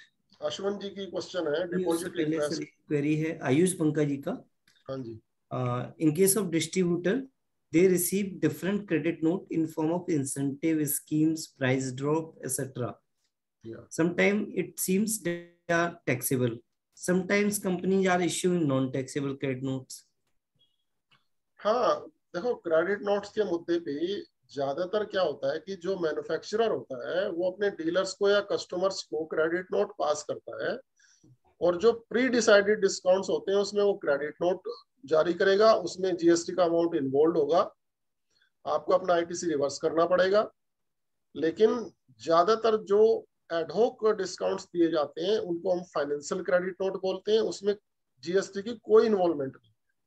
फिर भी किसी का कोई स्पेसिफिक मुद्दा रह जाए तो मेरा टेलीफोन नंबर और मेल आईडी आपके पास है इस पीपीटी के अंदर. आप मुझे कोई भी क्वेश्चन करेंगे तो 24 आवर्स में उसकी रिप्लाई आपको मिल जाएगी. Great sir. कोमल त्यागी जी पूछ रहे हैं GST implementation on expiry medicine. Number 1 in case of return to supplier और disposed of in second case. बहुत ही सिग्निफिकेंट मैटर है ये. मतलब जो इसके ऊपर डिपार्टमेंट ने बहुत क्लैरिफिकेशंस दी हुई है फार्मा इंडस्ट्री के ऊपर, कि फार्मा इंडस्ट्री जो सैंपल देती है डॉक्टर्स को वो सप्लाई मानी जाएगी, और फार्मा इंडस्ट्री की जो मेडिसिन एक्सपायर हो जाती है, तो पहले तो ये मुद्दा था कि उस पर आईटीसी रिवर्स होना चाहिए, लेकिन अब डिपार्टमेंट ने उसको ये मुद्दा बना दिया कि इट इज ए सप्लाई. तो आपको मैं रेलिवेंट सर्कुलर्स की कॉपियां भेज दूंगा, उनको आप स्टडी करें, और फिर भी अगर आपके सामने इशू बाकी बच जाए तो आप मेरे से संपर्क करें. उन सर्कुलर्स को पढ़ने के बाद आपके सामने कोई इशू बचेगा नहीं. उसका रीजन मैं बताता हूँ ऐसा क्यों किया गवर्नमेंट ने. फर्ज करो कि मैं चेयर मैन्युफैक्चरर हूँ और मैंने 1000 चेयर बनाई, और 1000 चेयर मैंने सुमित जी के स्कूल में बेच दी, और सुमित जी से मैंने कैश ले लिया, और फिर मैंने क्या कहा कि सर उनकी तो सारी चेयर्स को दीमक खा गई और खराब.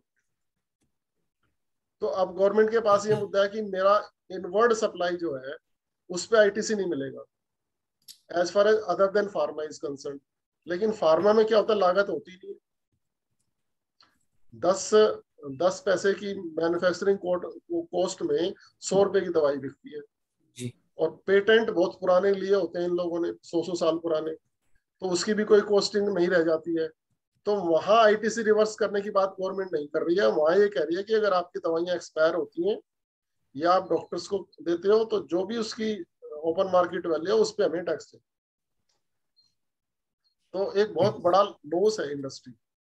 तो इसको आप वो सर्कुलर जरा बारीकी से पढ़ें, वो नेट पे भी अवेलेबल है, नहीं तो I can send instantly to. Sir query है कि डिपॉजिट इंटरेस्ट रिसीव हुआ, जो deposit gas supply company, electricity company को हमने रखे हुए थे by a registered person, is it taxable supply? It is normally in the form of deposits and any interest thereon is exempt. Okay sir, old truck purchase, अगर यहाँ पे मुद्दा क्या है, अगर डिलेड पेमेंट का इंटरेस्ट है तो वो फिर taxable, okay, in the hands of the मतलब कंपनी जो कि आपको सर्विस दे रही है। मान लो मैं गैस कंपनी की बात, आईजीएल की बात करता हूँ। आईजीएल ने मेरे ऊपर 5,000 रुपए का बिल रेज किया, मैंने उसकी पेमेंट टाइम से नहीं की, तो मुझे 5500 देने पड़े। तो अब आईजीएल को 5500 पे टैक्स देना पड़ेगा। ओके, लेकिन अगर वो डिपॉजिट पे इंटरेस्ट मेरे को इंडिविजुअल को मिलता है तो उस पर कोई tax liability. Okay sir, old truck purchase from unregistered dealer, resale by registered dealer, whether taxable? In any given situation जो सेल है वो टैक्सेबल है, लेकिन ट्रक के केस में क्योंकि ये व्हीकल है, any kind of vehicle is covered through notification 8/2018, 25 जनवरी 2018। ये जो नोटिफिकेशन है ये व्हीकल्स के ऊपर मार्जिन स्कीम के ऊपर टैक्स चार्ज करता है। मार्जिन से मतलब है कि आपका जो व्हीकल है वो डेप्रिशिएबल हो सकता है या नॉन डेप्रिशिएबल हो सकता है। अगर डेप्रिशिएबल है तो WDV और सेल प्राइस में जो डिफरेंस है उस पर टैक्स लगेगा, जो कि नॉर्मली होता नहीं है। और अगर नॉन डेप्रिशिएबल है तो परचेज वैल्यू और सेल वैल्यू में जो डिफरेंस है उस पर टैक्स लगेगा। तो 99% केसेस में हम सेल ऑफ व्हीकल्स पे तो टैक्स बचा ही लेते। So one important query, a registered person parked his excess business money with bank FDR और उस पे इंटरेस्ट उसे मिलता है, तो whether it is taxable? Certainly it is exempt. Any kind of interest from any source received is exempt.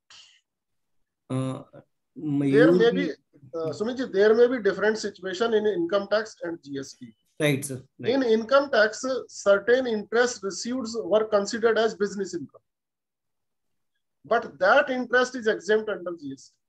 Okay. ये question arise ही इसी वजह से हुआ है क्वेरिस्ट का जो। Sir last query is Mayur, notice pay recovery, new company pay notice pay to employ and employ pays that notice pay to old company. ये तो मैंने अपने क्वेश्चन आंसर में ले ही लिया है। आई थिंक ये कवर कर लिया था। It is under the employment contract and this is not with in the purview of GST. Schedule 3 के पैराग्राफ 1 में ये outside the purview of GST है। So actually I have two doubts in that question. Is that is not liable to GST to the employee, that is correct, but it is liable to GST to the old company? Not at all. Not at all. Okay, thank you.